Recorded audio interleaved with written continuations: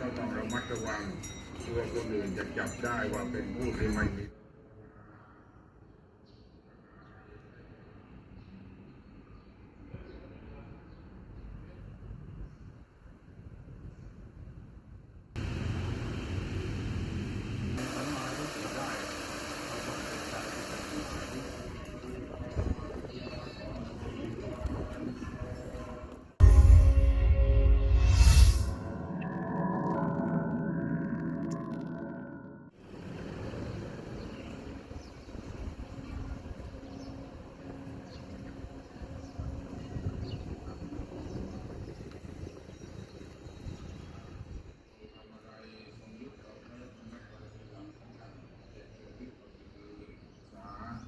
ก็มีการเป่าร้องให้พี่น้องชาวบ้าน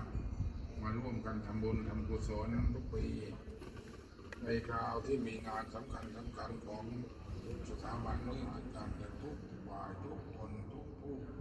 จะต้องเป็นผู้ช่วยกันบูรณาแต่เป็นฝ่ายดีทุกคนมีสิ่งอย่างนี้แต่บางทีก็มองไม่เห็นว่าเราทำอย่างนี้เพื่อความมั่นคงของชาวบ้าน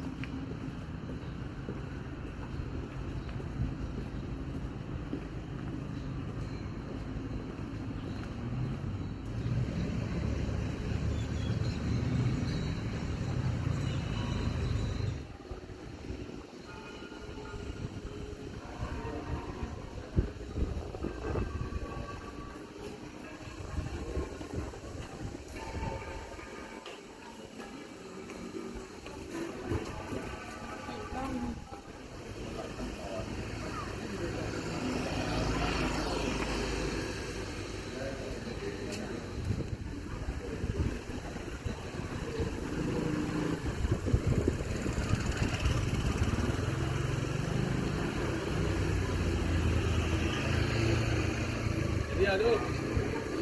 ขอดูขอดู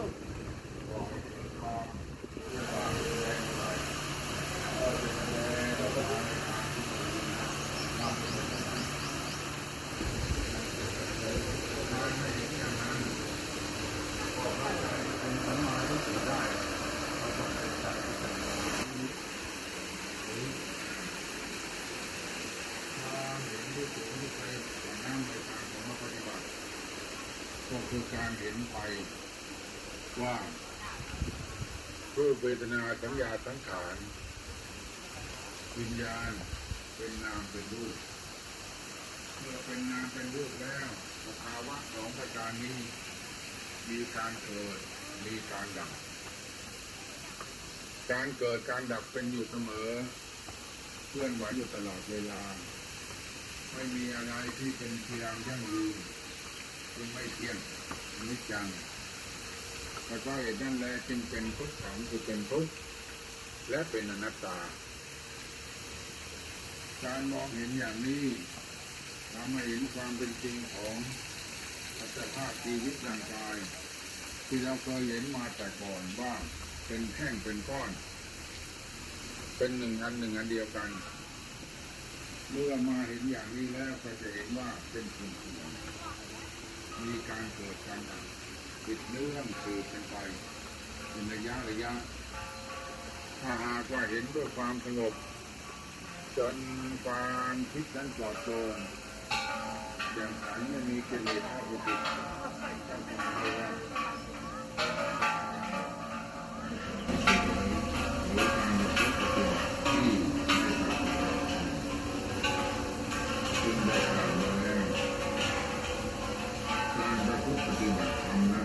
พูดว่ามีจิตใจนั่นเองมีจิตใจพอใจยินดีอยู่ในการปฏิบัติธรรมแต่ไม่ใช่หมายความว่าชนิดที่บางคนแสดงอาการว่าเป็นผู้ที่สนใจในธรรมเสมอเกินแต่ว่าตนเองไม่ได้ปฏิบัติธรรมเลยบางคนได้แสดงอาการว่าเป็นผู้สนใจในธรรมเหลือเกิน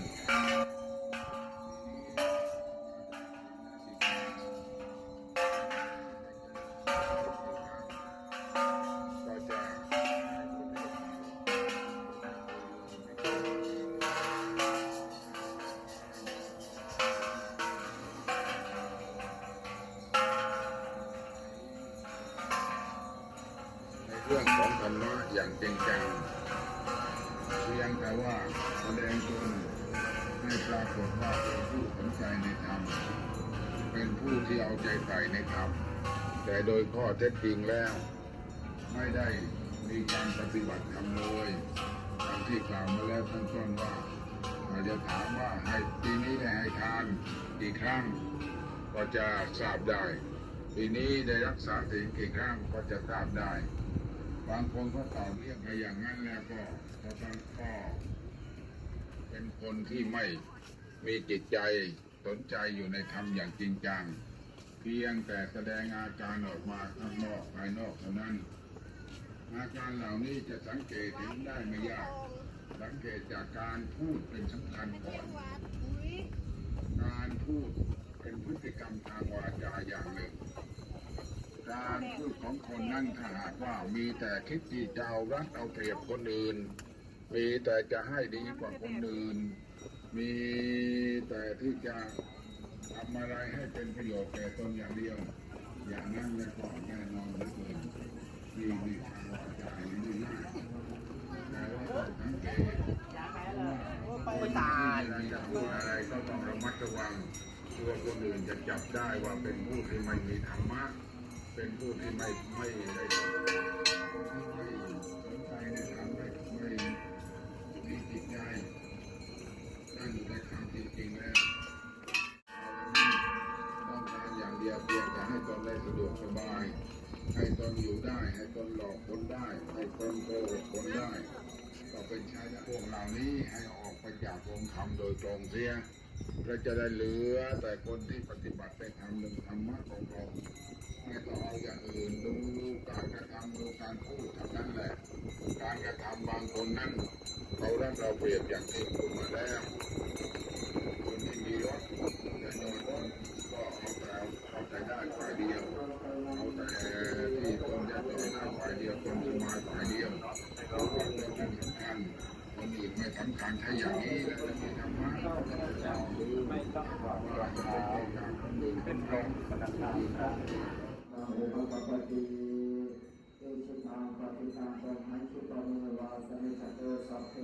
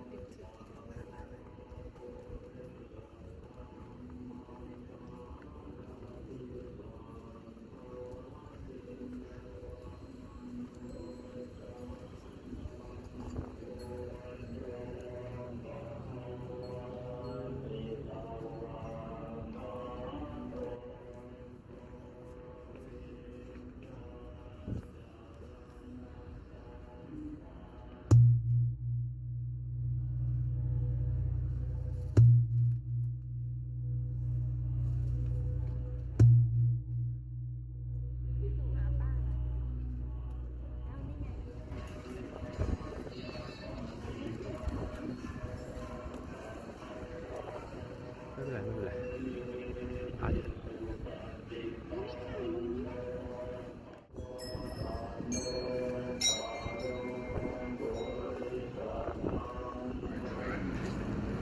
การเชื่อมโยงกันอย่างนี้อย่างหนึ่งเชื่อกันมาอาจจะพูดอย่างภาษาชาวบ้านธรรมดาเรียกว่าการตามกันมา เกิดมาจากพ้องจากพ่ายเดียวกันก็เรียกว่าเป็นญาติเป็นพี่เป็นน้องเป็นญาติกันโดยคุณธรรมเป็นญาติกันโดยธรรมะนั้นเป็นสิ่งสำคัญเพราะมีคุณธรรมต่อกัน การมีคุณธรรมต่อกันนั่นก็เป็นที่ยอมรับกันโดยทั่วไปอยู่แล้วท่านทั้งหลายก็ทราบกันดีว่าเป็นอย่างไรมีศักดิ์มีสีถ้าไม่มีศักดิ์ไม่มีสีก็ไม่นับเป็นอย่างนี้แล้วว่าต้องระมัดระวังเพราะว่าแสดงถึงคุณธรรมในใจ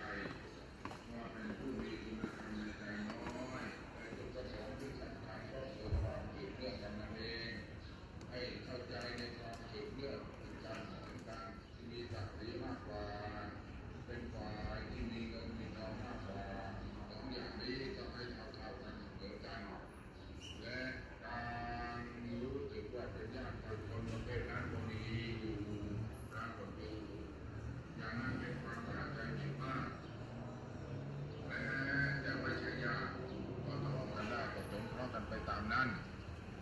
ทางหนึ่งคุณธรรมคือต้องให้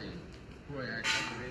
เพราะฉะนั้นต้องให้ทางคุณธรรมด้วยการให้คุณธรรมก็คือการแนะนำอบรมสั่งสอนนั่นเองการแนะนำอบรมสั่งสอนเป็นเรื่องที่